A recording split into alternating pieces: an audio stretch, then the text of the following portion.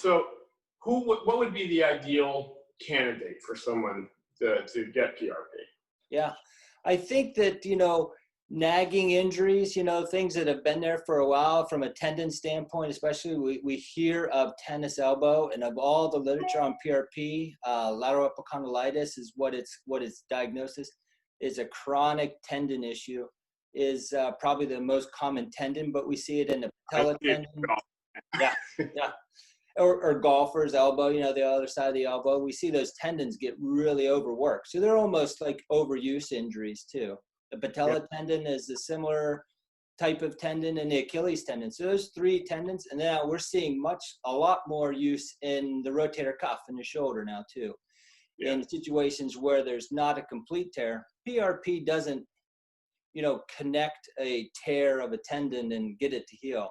But it can aid in, if something isn't completely torn, still functional, just painful, that's a good use for PRP. Yeah, and that's actually something, that's a great point, because people hear, because I see it a lot of time with our clients, they hear the word tear, and I always have to ask the next step is a partial tear or complete tear? And a lot of times people don't even know. Right. Yeah. Yeah. And they've been told it's a tear, and I'm like, well, there is a significant difference. So. Yeah. I mean, PRP is not useful in a joint or in a tendon that's tore off. It's not going to do it. It's not going to bring it back together. Right. So someone comes in, and let's just use the elbow tendon for example. What is the recovery? What is the method for recovery? And I guess the best way for me to bring this up is this is where I do sometimes come in. People ask what do personal trainers do, and I'm always like, well, we're not physical therapists. We usually are the third person in line. It goes the physician who fixes it, then it goes to physical therapy, generally speaking, and that gets you back to baseline or health, and then we can come in after that following doctor discretion or physical therapy advice, and we can work with them. But really our job is in the fitness world is to take you from baseline to optimal, while in therapy it's to take you from injury to baseline. But could you explain what that process is? If you come in just say for an elbow, you get a PRP, then what? Right. So if we have an injection, say today, and then we would say, 24 hours, we're going to take it easy. We're going to rest and be careful. Now, depending on what we're injecting, a joint, a tendon, whether or not we would even recommend anti-inflammatory medications for pain, or even maybe a Tylenol or something like that. But, the first 24 hours is kind of, a little bit of a rest after an injection. And then we move into the first couple of weeks would be more of stretching type exercises. And they can even be, at home, unsupervised potentially, or your physician directed at that point in time. After we get through a couple of weeks, then we want to start with some directed or some supervised exercises. So we're going to start to strengthen, and that can be physical therapy. I think it's interesting that you mentioned where you would fit in. I think, especially in the case of the elbow, I bet those folks have already been to therapy and they're pretty well versed on their treatment plan. And I would say that, even after a week, we could be supervised stretching and then move back into eccentric contractions of the muscles, and some strength building, and with stretching, still where, we're having passive stretching, we can have active stretching and stuff at that point in time. So we're with someone, and that goes on for probably a month, where we're going still from a point where maybe we were injured to where we're back to hopefully our baseline at that point, and then we really start to ramp things up. And I think that that's a good timeline too. Typically we're seeing, pain improvements, 6 to 8 weeks. And that's a difference from cortisone too. It is not a couple of days. It's not going to be this painful thing, but it doesn't get better quickly. And that's difficult, and that's good, because now we're making something better, because I don't want it to come back. I don't want 3 months to have the same pain or to be back in the same position at the beginning.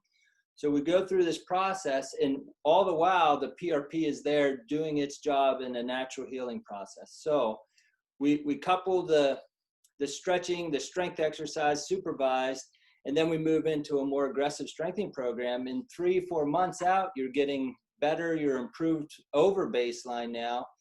And I think it's worth saying that, you know, some will have need for possibly another injection, and some will never need anything else. So it's a case-by-case basis, but I think that's a decent timeline to consider whenever you're getting a PRP injection. Awesome. And it sounds, you know, a lot better than recovery from surgery.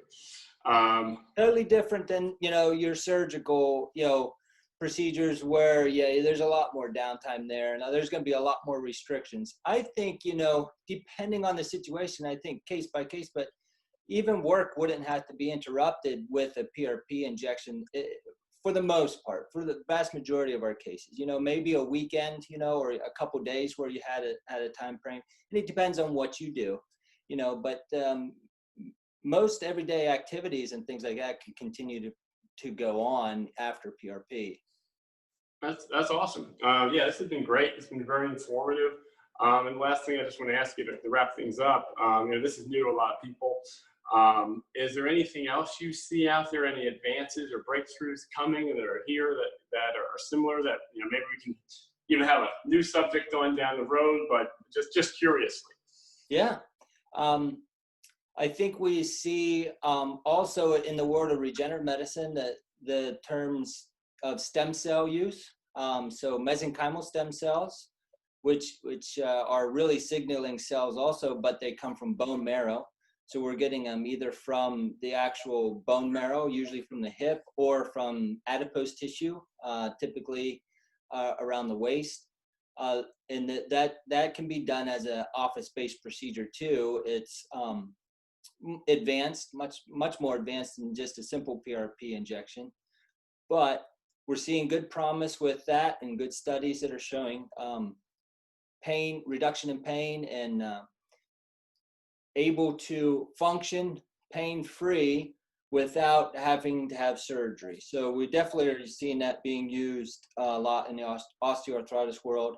And there are some that are seeing some use of it with tears or more significant partial tears, you know, so and even some bone type trauma or some injuries to bone that we see sometimes that are painful and difficult to get to heal. So stem cells are definitely something that we're seeing more and more of. We will continue to evaluate that and see if that's something we're going to offer. But that's a very promising avenue. Awesome. Well, that's one more thing we can discuss down the road as well. Yeah, I think this has been great. It really has. I lost you there for a second. Okay, sorry. You're back. Yeah, you're fine. Yeah, so I think that would be great to discuss sometime. And I know you and I discussed reviewing exercise and fitness protocols for seniors. And I would love to talk about that. I think we're going to talk about that next week. Yeah. I look forward to that. This is Todd Soar with Actual Personal Training, in-home personal training, in-home fitness protocol, as well as in-office personal training and fitness. And I'll let you finish there, Dr. Kephart. Dr. Kephart with Kephart Integrative Medicine, specializing in PRP injections, also BHRT, genetic testing, and some neurofitness for improvement in athletic ability and cognitive functions. So. Awesome. Well, thank you again, and I'll see you in a week. Yep. Thanks, Todd. All right. Thank you.